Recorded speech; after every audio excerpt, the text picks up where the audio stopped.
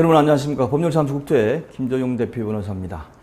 이번 시간에는 조합총회를 누가 어떻게 소집하는지, 즉 조합총회의 소집권자가 누구고 소집 절차는 어떻게 되는지를 살펴보도록 하겠습니다. 자, 우리 실력을 한번 테스트 해보겠습니다. 첫 번째, 총회는 조합장만 소집이 가능할까요? 조합장 이외에 다른 사람은 소집이 가능할 수가 없을까요? 두 번째, 시장문수가 조합총회, 이거 나무조합총회를 소집할 수 있는 경우가 있을까요? 세 번째, 조합총회는 며칠 전에 통지하여야 할까요? 네 번째, 7월 20일의 7일 전이라고 하면 며칠이 7일 전일까요? 7월 13일? 7월 12일? 뭐 이런 거. 요 네 가지에 대해서 한 가지라도 제대로 답을 못하시면 강의를 끝까지 봐주시기 바랍니다. 첫 번째, 총회 소집권자가 누굴까요? 자, 총회 소집권자는 누구겠습니까? 첫 번째 순위가 당연히 조합장입니다. 조합장이 직권으로 소집할 수가 있겠죠. 두 번째, 조합원 5분의 1 이상이 조합장한테 총회 안건을 정해놓고 이걸로 총회를 소집해달라 하고 요구할 수 있도록 되어 있습니다.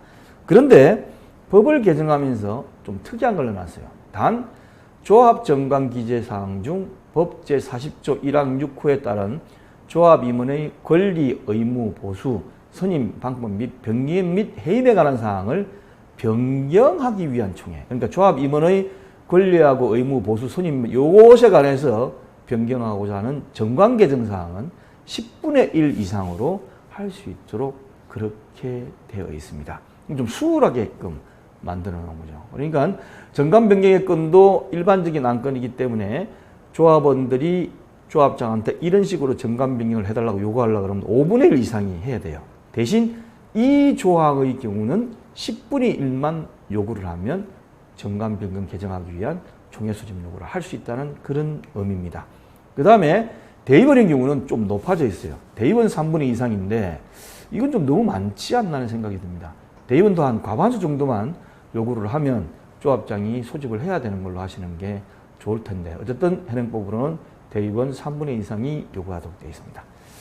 자, 이제 드디어 시장문수가 할 수 있는 경우가 있는데 조합임원이 사임을 하거나 해임을 하거나 또는 임기 만료 후에 6개월 이상 동안 조합임원이 선임되지 아니한 경우에 그대로 놔두면 계속해서 조합이 제대로 돌아가지 않으니까 시장문수 등이 조합임원 선출을 위한 총회 소집이 가능하도록 그렇게 만들어 놨습니다. 자, 그리고 이 조문과 전혀 다르게 조합임원 해임을 위한 것은 조합원 10분의 1 이상으로 조합장한테 요구하지 않고 바로 소집을 할 수 있도록 되어 있습니다. 그래서 이것도 마찬가지로 총회 소집권자에 해당이 됩니다. 그죠?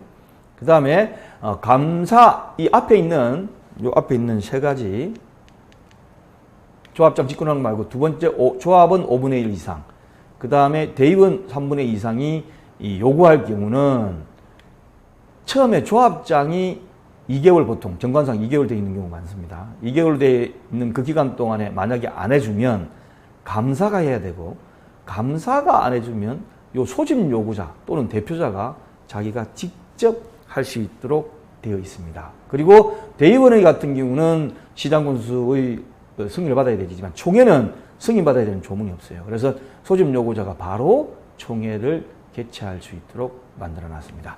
자, 그러면 총회 소집 절차를 다시 한번 보면 일반적으로 조합 정관에 보면 14일 전에 게시판에 공고하고 그 다음 7일 전까지 조합원들한테 문서로 통지를 하고 그때의 회의 목적, 안건, 일시 장소를 정해가지고 통지하도록 되어 있죠.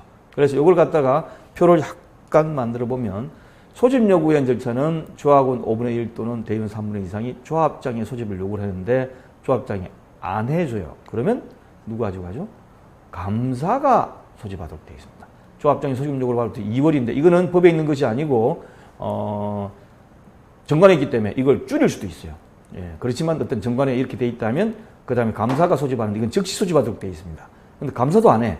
그러면 어떻습니까? 소집 청구한자가 하든지 아니면 공동명의로 하든지 대표자가 있으면 대표자가 하든지 이렇게 되어 있습니다.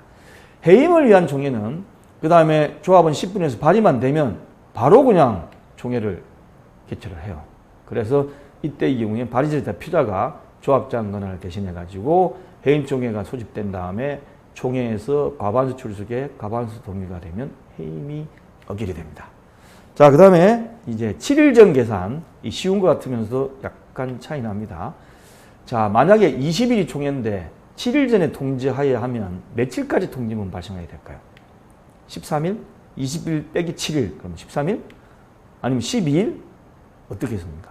7일 전입니다. 계산 한번 해볼게요. 자, 12, 13, 14, 15 주기인데 거꾸로 가겠습니다. 20일이니까 민법상 해당 날짜는 빼도록 되어 있어요. 왜냐, 이게 온전한 하루가 아니지 않습니까? 만약 총회가 오전 10시일 수도 있고 오후 2시일 수도 있기 때문에 하루 중에 딱 하루가 완전히 안 차니까 이 부분 빠지도록 되어 있어요. 그러니까 1, 2, 3, 4, 5, 6, 7, 1 전이니까 12일 날까지 발송을 해야 됩니다.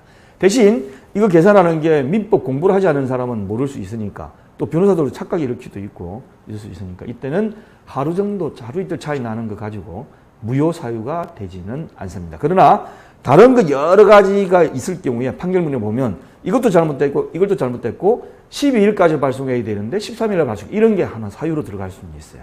그래서 가급적 지켜주시기 바랍니다. 강의하는 교재 3권이 되겠고 홈페이지 들어오시면 제3강좌에 강의를 넣어놓도록 하겠습니다. 감사합니다.